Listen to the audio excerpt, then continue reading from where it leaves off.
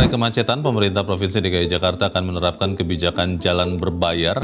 Ya, saya nggak setuju sekali Mbak. Soalnya kan per tarif itu kita bolak-balik kadang-kadang bisa habis bayar buat bayar jalanan. Mau makan apa? Anak istri kita nih.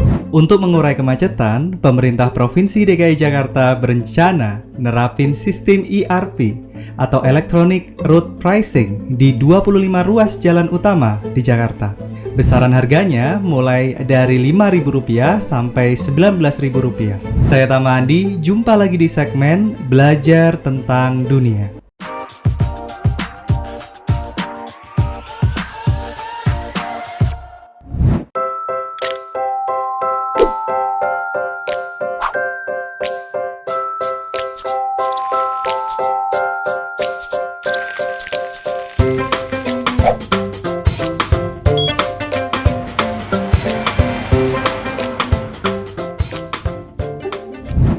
Jakarta mungkin menjadi kota metropolitan yang sangat memukau dengan gedung-gedung pencakar langitnya.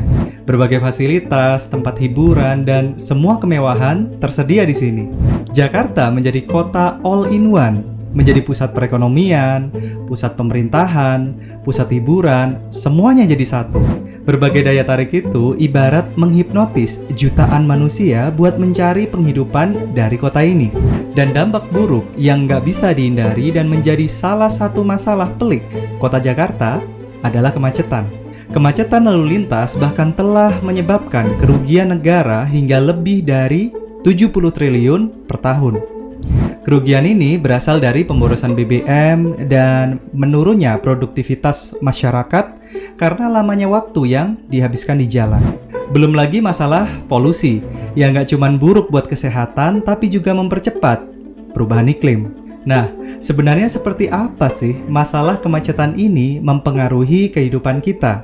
Dan benarkah ERP adalah solusinya? Yuk langsung aja kita bahas fenomena kemacetan, dampaknya, dan benarkah ERP jadi solusinya? There are a few components that make the ERP system work. The first being the in-vehicle unit, you guys know it as the IU, which is where you can put your cash card into. Next, each ERP gantry consists of a pair of sensors. As pictured here, the front has a short-range wireless system that communicates with the IU. The back has cameras that are used to capture the rear license plates of any vehicle as they pass by. This is to allow the authorities to identify errant drivers who do not pay the required toll. Wacana tentang penerapan ERP di Indonesia memang masih menjadi pro kontra, dan saya yakin kontranya jauh lebih banyak. Karena kita semua yang tinggal di Jabodetabek pasti paham bahwa masalah transportasi di Jakarta ini sudah levelnya sudah super ruwet. Mau naik transportasi publik harus nungguin lama, berdesak-desakan, ngeri sama copet, belum lagi resiko pelecehan seksual. Kadang juga harus oper dari transport yang satu ke transport yang lainnya. Jadi tidak efektif dan ujung-ujungnya biayanya menjadi lebih mahal. Karena keribetan itu, energi juga terkuras habis di jalan. Sementara kalau naik kendaraan pribadi, mungkin biayanya sedikit lebih mahal, tapi lebih nyaman, praktis, dan nggak perlu pindah dari moda transportasi satu ke transportasi yang lainnya. Masalahnya sekarang, harga BBM terus meningkat, ditambah ada wacana penerapan ERP. Biaya menggunakan kendaraan pribadi jadi tinggi. Udah macet, sekarang kudu bayar lagi. Bak jatuh ketimpa tangga. Gak heran ya kalau wacana kebijakan ERP ditentang habis-habisan. Karena bakal banyak banget masyarakat dan bisnis yang akan terdampak. Kota termacet di dunia. Kalau kita dengar kata Jakarta, pasti suasana yang langsung terbayang di otak kita adalah kota metropolitan yang terkenal akan tingkat kemacetannya. Jakarta memang sudah sangat macet. Tetapi berdasarkan data TomTom Traffic Index pada tahun 2021, tingkat kemacetan di Jakarta, skor indeksnya nih, hanya 34% dan berada di posisi kota termacet nomor 46 di dunia. Lalu kota apa yang paling macet di dunia?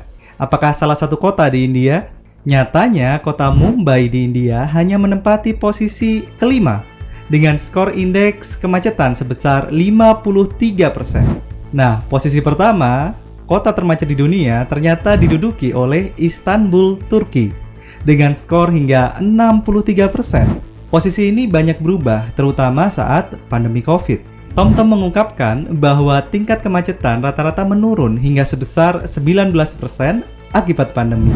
Jadi kalau selama tahun 2021 hingga 2022, Pemprov Jakarta mengklaim telah dapat mengendalikan kemacetan Jakarta dengan baik. Tentu tidak sepenuhnya benar ya, karena jelas pada 2 tahun tersebut, penurunan load kendaraan bermotor di Jakarta disebabkan oleh diberlakukannya PPKM dan dipengaruhi juga karena banyaknya perusahaan di Jakarta yang sedang menerapkan WFH.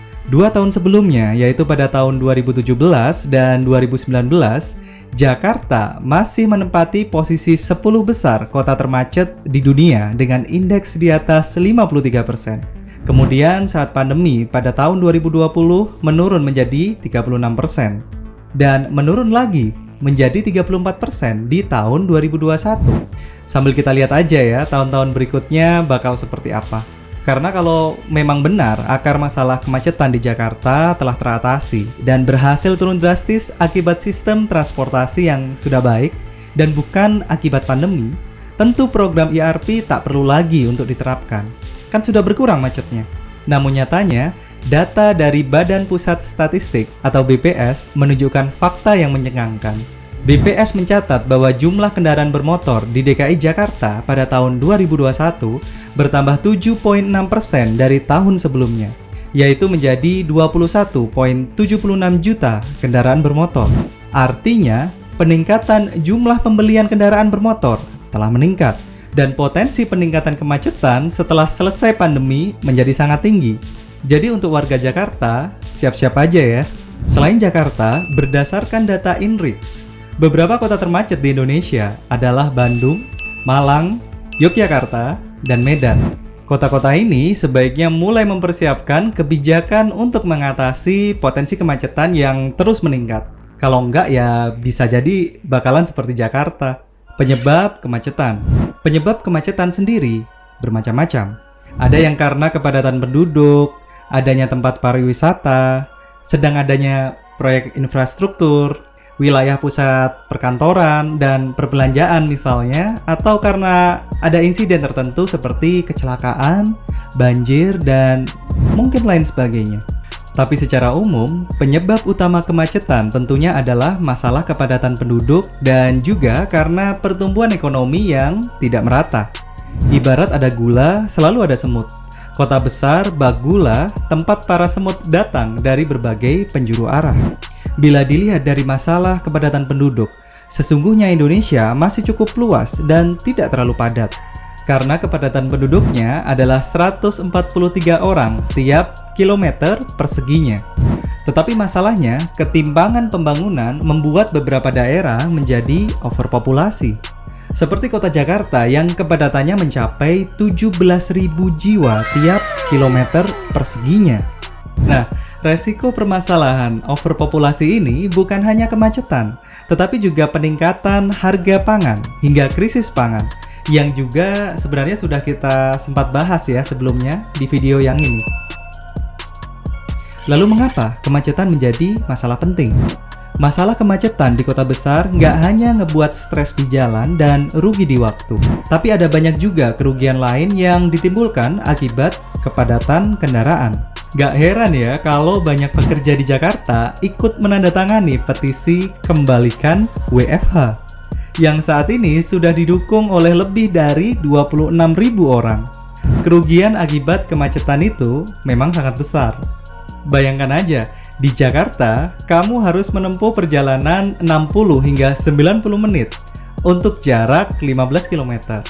Yang bila dalam keadaan tidak macet bisa ditempuh dalam waktu 30 sampai 45 menit aja. Belum lagi pemborosan BBM, lalu polusi udara, rugi di waktu, tenaga, kesehatan, bikin stres, dan tentunya menyebabkan potensi kerugian ekonomi lainnya. Badan Pengelola Transportasi Jabodetabek, Kementerian Perhubungan, mengungkapkan bahwa kemacetan telah menyebabkan kerugian negara hingga 71 triliun rupiah per tahunnya. Dan setiap hari terjadi pemborosan BBM yang mencapai 2,2 juta liter di 6 kota metropolitan yang menjadi acuan di Indonesia. Sekarang bagaimana solusinya? beberapa negara memilih menetapkan pajak yang sangat tinggi untuk kepemilikan kendaraan pribadi, dan cara ini diterapkan di Prancis dan di Singapura. Di Singapura, selain harga mobil yang mahal, biaya punya mobil juga sangat mahal. Dalam 1 bulan, rata-rata pemilik mobil harus siap menguras kantong hingga 19 juta. Biaya ERP yang sudah diterapkan, biaya bahan bakar, biaya asuransi mobil, dan biaya parkir mobil juga sangat mahal di sana.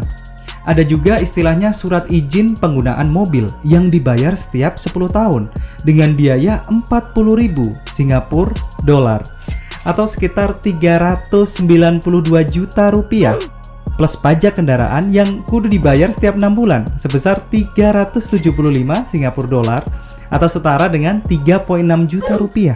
Car ownership is an expensive luxury few can easily afford in Singapore. Owning a car is expensive in Singapore.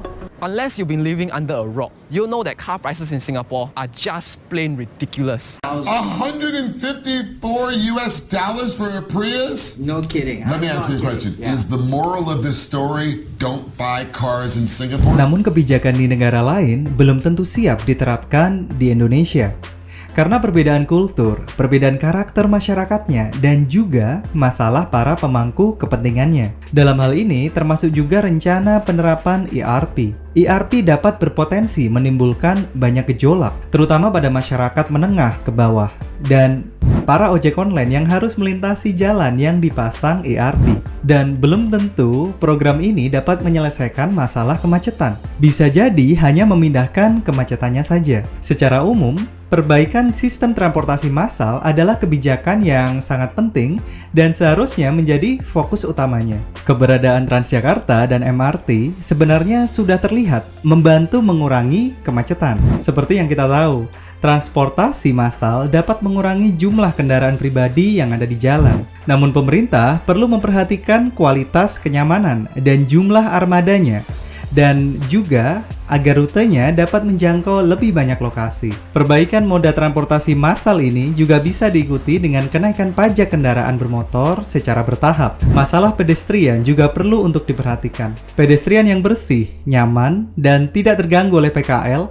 serta aman dari pengendara yang asal nyerobot, akan menambah kenyamanan para pejalan kaki. Selain itu, pembangunan hunian vertikal di pusat kota juga berpotensi mengurangi jarak perpindahan masyarakat setiap harinya. Misal aja dari tempat tinggal dari luar Jakarta berpindah ke pusat perkantoran di dalam Jakarta di pagi hari, dan sebaliknya dari pusat kota Jakarta menyebar keluar Jakarta saat sore waktu pulang kantor. Dan yang pasti, pemerataan pembangunan infrastruktur di seluruh Indonesia bisa merangsang kemajuan dan potensi ekonomi di berbagai daerah. Sehingga di saat pusat bisnis dan pusat ekonomi tersebar, populasinya juga tersebar juga, lalu berakibat ke kemacetan yang juga akan terurai dan gak melulu terjadi hanya di kota besar aja. Sekarang yuk kita diskusi. Menurutmu, kamu setuju nggak kalau ERP menjadi solusi buat mengurangi kemacetan? Atau malah justru menambah derita orang yang kena macet? Sampaikan pendapatmu di kolom komentar ya. Saya lagi kejebak macet di Semanggi. Ya jam pulang kantor ya, wajar. Dan sekarang bener-bener kejebak macet. Jalan ngerayap doang. Jadi kepikir andai bisa terbang ya, atau setidaknya mobilnya yang bisa terbang ya. Aduh, enak banget tuh. Habis waktu itu kena macet, sampai rumah iseng-iseng ngulik di Google tentang mobil terbang. Dan ternyata sudah ada pengembangannya. Terima kasih udah nonton. Kamu bisa lanjut nonton perkembangan mobil terbang di dunia dan berbagai ide, konsep, bahkan yang sudah jadi prototipe transportasi publik model masa depan. Saya Tamandi, sampai jumpa lagi.